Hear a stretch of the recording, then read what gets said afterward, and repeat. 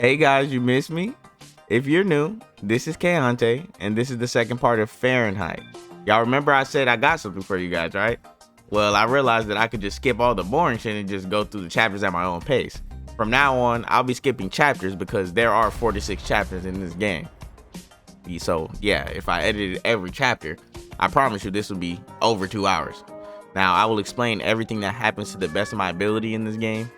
We're still going to be doing everything we were doing at the first playthrough. Only this time it's going to be at a different pace, and I think this will be a lot more entertaining for you guys. So now, without further ado, let's just jump into the ascension of Lucas Gay.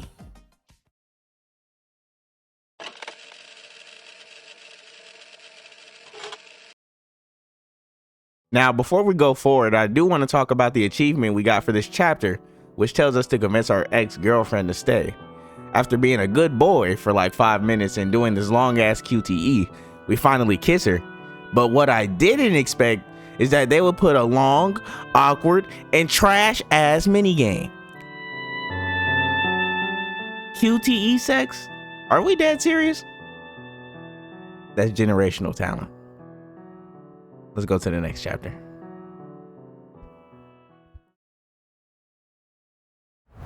Are you coming with us, Lucas? We move on to chapter 10, where basically all you have to do is save Marcus's friends in a hangar. This chapter is only here to basically show that Lucas has been having visions his whole life, since he's been a child. And moving on, we get to chapter 11, where basically Carla and Tyler are working out together and they're talking about the case and stuff like that. You can get an achievement also for just beating Tyler's ass, like putting straight belt to this nigga. Like, if you see these QTE events, this is insane. Look at what she's doing. You just talk about the case again and then the chapter's over. Chapter 12 is basically Carla essentially trying to, I guess, cope. Basically, it's this QTE where you're walking, but you're basically doing the QTE at the same time, so you're breathing. And so you're basically trying not to have a fucking panic attack or something. But let me tell you about this. This QTE is so annoying. This section is long as hell. This section is like 10-15 minutes long. And keep in mind, this QTE event basically just, it's all basically just you moving the arrow keys back and forth in like a sequence, you know, like breathing. It's just, but it's so irritating because you have to constantly watch it, and it makes it feel so much longer than it actually is.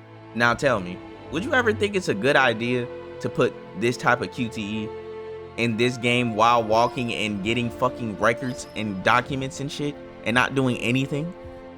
That sounds pretty fucking annoying to me. And who on earth doesn't have a problem? Whoa, who is this old hag? Meet Agatha, just an old woman who's psychic, also blind, creepy as hell, tells me to do weird shit, and is also in a wheelchair. Now, Agatha is a very special character, and I know you guys remember when I was telling you about the supernatural stuff and stuff like that. This is when it kicks off. So basically, Agatha eventually tells us to sit down and we have a trance, basically. But basically, we have to recall the dinner, and it's this long ass QTE. Like, they need to stop with these damn QTEs. It also points out the weird wrist scars, if y'all ever saw it back in the first chapter. And this is the first appearance, well, real appearance of the Oracle. You remember the ugly ass nigga that was in chapter 6? Yeah, he's here now. This is basically when all the cult shit and all the weird shit happens. However, I'm not going to cover this chapter. This chapter is way too long, and there's no achievements in this shit. It's just a slug. It's just a slug. Oh, and by the way, Agatha dies literally like 5 chapters later. This chapter, we're only covering it because this has an achievement in it for getting a really high score on shooting. Now, this does ramp up a bit, so if you aren't good at FPS games, this probably will be a challenge for you. However, I proudly say this, I'm pretty damn good at FPS games, so this was no struggle for me.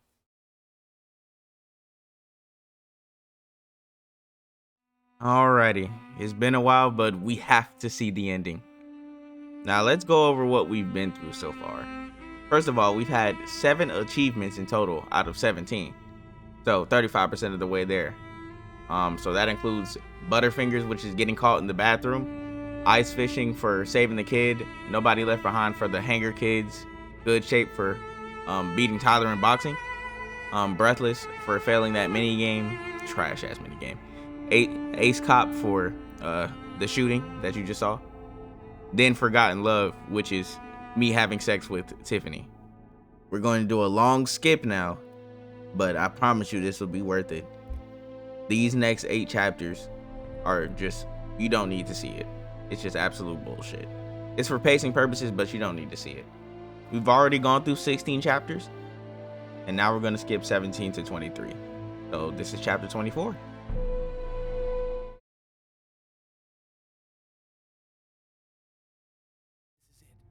This is where everything starts. Lucas's visions come to a climax. The police come after him, but he's changed, and he's really strong. This is when Lucas decides to lock the fuck in. This is when Lucas becomes the true Demondeity. Are we dead serious? Look at this kid, bro.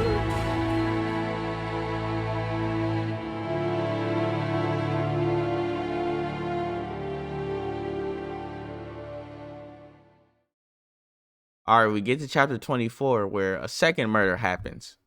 We find a guy named Jose's body in the washer, and we find ritual whatever the fuck that matches Lucas's wrist.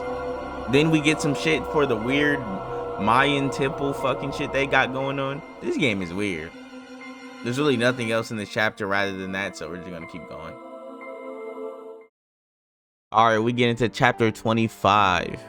This is after the escape that Lucas did, so he's now hiding in the church, and then Agatha appears, and then we're like, what? Agatha? But then this is when it all starts. Agatha basically tells us to find the Indigo Child. Now, this is a lot of lore, but I'm going to simplify it for you guys. We have 2 clans, right? I'm going to explain this a little bit later too. That we have 2 clans. We have the Orange Clan and we have the Purple Clan. Now the Orange Clan wants the Indigo Child for themselves, and the Purple Clan wants to use the Indigo Child for their advances. And we're going to go a little bit deeper on this as the leaders and stuff like that, but that's basically what it is, right? After all this revelation and shit, we just start having hallucinations and shit. Angels started attacking us and shit. I'm telling you, this nigga is the real Demondeity. That nigga is the real Demondeity. But anyway, the angels attack him, and so they obviously put him in a corner and stuff like that until he's woken up by Marcus, and they talk, and Lucas just leaves to find out what's going on.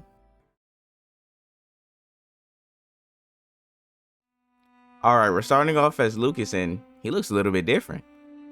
Yeah, he done leveled up a little bit. Since Lucas is on the run, he obviously can't get caught by any police, so since we're trying to sneak into Tiffany's place, we dodge the police and evading them by rooftop, making sure they don't see us before we head into Tiffany's place. And then we raid the fridge, obviously, and then we find Tiffany and we have a little talk, hug her, kiss her, you know what I'm saying? You know, that's my bad. Then Tyler knocks at the door saying he needs to talk to Tiffany. He doesn't know we're here. And now we're in this long ass QTE again because this game loves its QTEs, and he just leaves and the chapter's over. All right, I'm gonna cover this really quick. So we're Carla in the asylum trying to look for somebody called Janos. Now Janos killed somebody a long time ago, and they had the same wrist scars as Lucas. So they get some lore, you know what I'm saying? It's not anything that I haven't told y'all, by the way.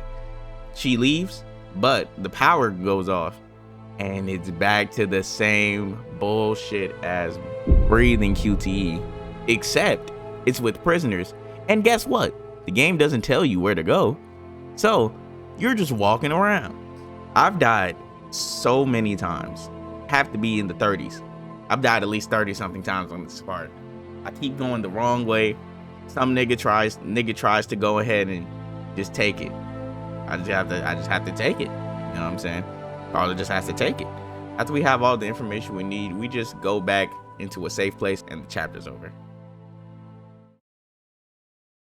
Alrighty, very big lore drop. This is how Lucas became the Demondeity. Okay, so first, Lucas meets Professor Jones, and then Professor explains a lot. I mean, a lot about what's going on, what happened in that diner, and what's happening to us, right? So first, how did Lucas get so strong, huh? Well, what happened was he got possessed in the diner, right? But when he got possessed by a chroma entity. Now, chroma is basically just another way of saying ki, energy, and stuff like that. It's like your aura. So basically, your aura gives you powers, right? So basically, Lucas got controlled by this chroma entity, and this chroma entity awakened Lucas's innate chroma abilities, and that's how Lucas is powerful. Anyway, after he explains all this, he dies. He dies by this ambush or whatever that the Oracle does. The Orange Clan wants to get the Indigo Child. They're sacrificing the Indigo Child for power, and they're resetting the world. And the Oracle, guess what? He's a Mayan god, and he's the clan leader. And guess what? He's the one who controlled Lucas. Yep, this game is crazy. So basically, our job now is to stop either of them from getting the Indigo Child, so the world doesn't go to shit. After Lucas finds out about all this information about the Mayan culture and all this cult stuff with the Orange Clan and Purple Clan, it's obvious the dude is stressed out. But he can't be stressed out because the police are coming to his door. Marcus is gonna get assassinated too. And Marcus can die, by the way. He can die in this chapter. So basically what we need to do is call Marcus before the police get to us. Now, all we do is tell Marcus to hide in a little room and lock the door. And we just head out and try to find out what's going on. Because of a vision we get, we go to save our ex-girlfriend, Tiffany. We do a parkour QT, we walk the beam of hell. And then we save her, actually. We do save her, but it was a trap. The Oracle destroys the entire platform, killing Tiffany and Lucas.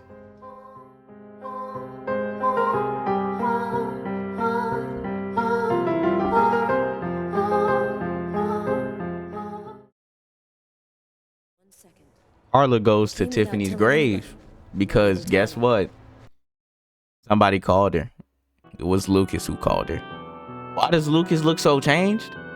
Because he's actually changed. You see, what I didn't show you is that as a kid, he went into a lab and he got hit with chroma. So that was his first exposure to chroma. So since he was a child, he had chroma powers, but the Oracle possessing him is what unleashed his chroma powers. A lot of lore drop. Plus we find out who the Indigo Child is. Basically the same thing of what I said about the Indigo Child and the Orange Cult as well. Anyway, Carla believes all this and all that stuff, and they form an alliance against the Oracle, and their plan is basically to just find Jade together. We have a vision of where the Indigo Child is. But before we go, these niggas fucked already? What the fuck? Niggas was just shaking hands, now they fucking. I'm telling you, these females. Meanwhile, at the police station, it's cold as fuck and it's dropping below temperatures and people are starting to die. So, with the end of the world ahead, Carla decides to help us and Tyler decides to leave to Florida with his bed. We arrive at an orphanage where Lucas's vision tells that the Indigo Child is going to be. We search room to room trying to find him before the Oracle shows up. So we search room by room and we eventually find her. She doesn't talk, but that sure is the Indigo Child. We pick her up and we run, but he shows up anyway and he's looking for her too. After we get to a rooftop where there's nowhere to run, it turns into a showdown where it's the Oracle versus Lucas Kane. And let me tell you this, Lucas has become a god. He's literally boxing a Mayan god right now. Look at him.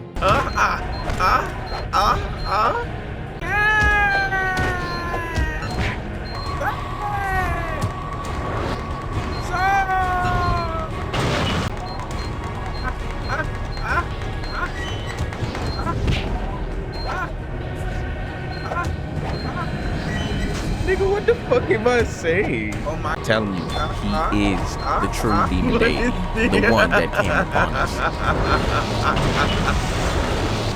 Infinite backflips. The fight comes to a standstill where Lucas, with his chroma powers, drops a big ass tank on this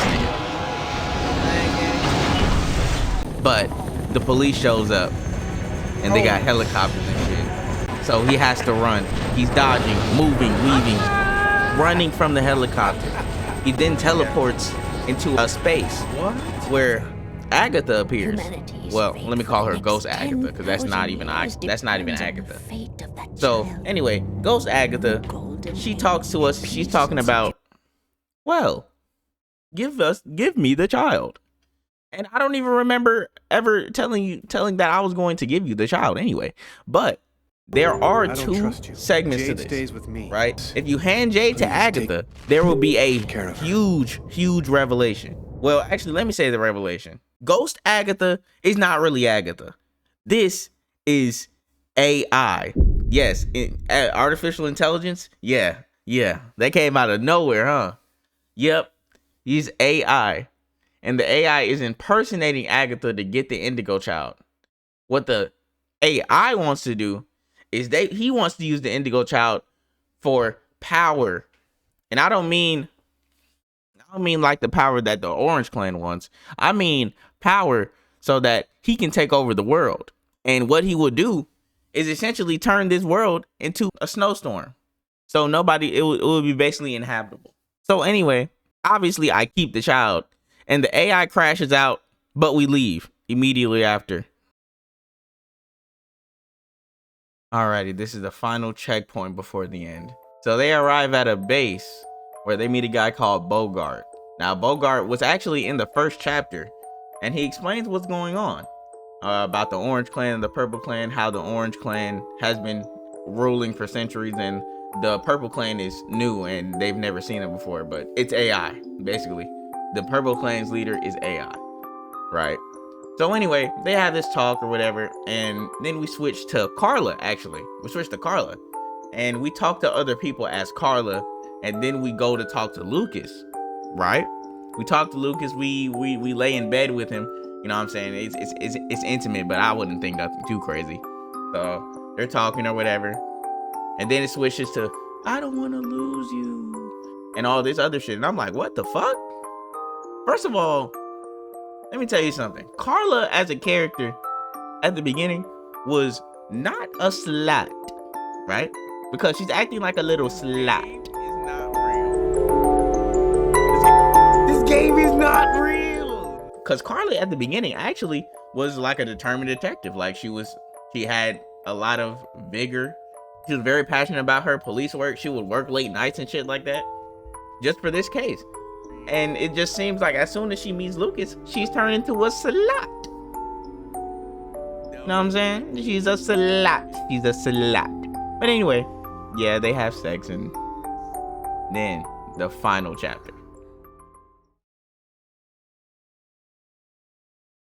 All right, this is the final chapter. So Lucas and Jade head to a lab in order for Jade to pass away peacefully, because her whole life is basically just to protect the secret of the universe, because she's the only person that knows that.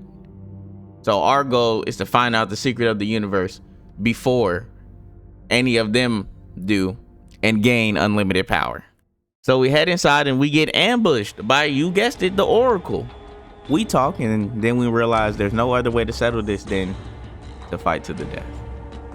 This is the final fight. Who decides who's stronger? Who can get the Indigo Child and have all of the supreme power of the world? I'm sorry, the universe. Lucas and Oracle are fighting. Lucas is powering up. He's powering up an attack. Meanwhile, he's dodging Oracle's blast while he's powering up the attack. This QTE is also ass, by the way. But anyway, he's powering up the attack. He launches it. The Oracle hits a pillar. He falls into a pit, screaming no. But Lucas, the demon deity, the one who came upon us, the heavenly demon deity of the heavenly demon deity cultivation realms, he said die until he died. We get ambushed again by the same men, but they can't hold a candle to our power. But the AI shows up, tries to mind control and take over our mind. But we denied it, and we gave him his own blast that killed him.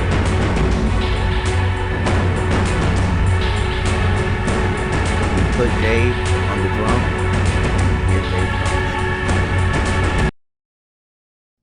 The cold went away just like it had come. And I got in silence. Good ending. As if the indigo child had turned the hourglass by delivering her message. Wow. Everything was just as it was before. I guess that means the lesser evil. The Oracle and the Orange Clan went back to their places of power in the secret government of the world, and the Purple Clan went back to haunting us on the net. I should be happy, I guess. I've been living with Carla for 3 months. She's the best thing that's happened to me in a long time. Yesterday, she told me that she's pregnant. Must have been that night in Bogart's underground base.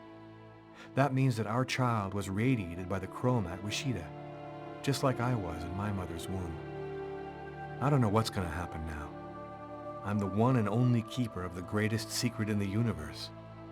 What should I do with all that power? Forget it? Put it in the service of humanity? I've never dreamt about being a god. I just want to live my life like anybody else, with my wife and my child. I'm afraid that destiny might have another path in mind for me. I have no words. What are you thinking about, Lucas? Oh, nothing. Nothing at all. I have no words for this game. I have no words.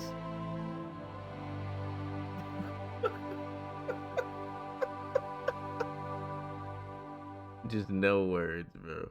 No words for this game, bro. The end. Like, bro.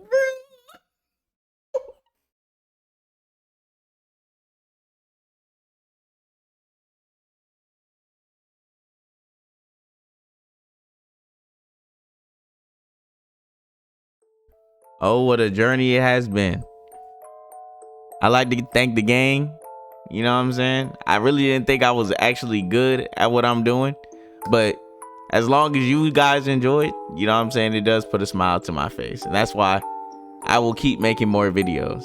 You know, I think I'll probably be doing this for a long time. So if you enjoyed, leave a comment. If you didn't, leave a comment too. I want to see how you guys feel, and subscribe if you like it as well. And without further ado. Oh, I've said that 3 times. Well, goodbye, guys.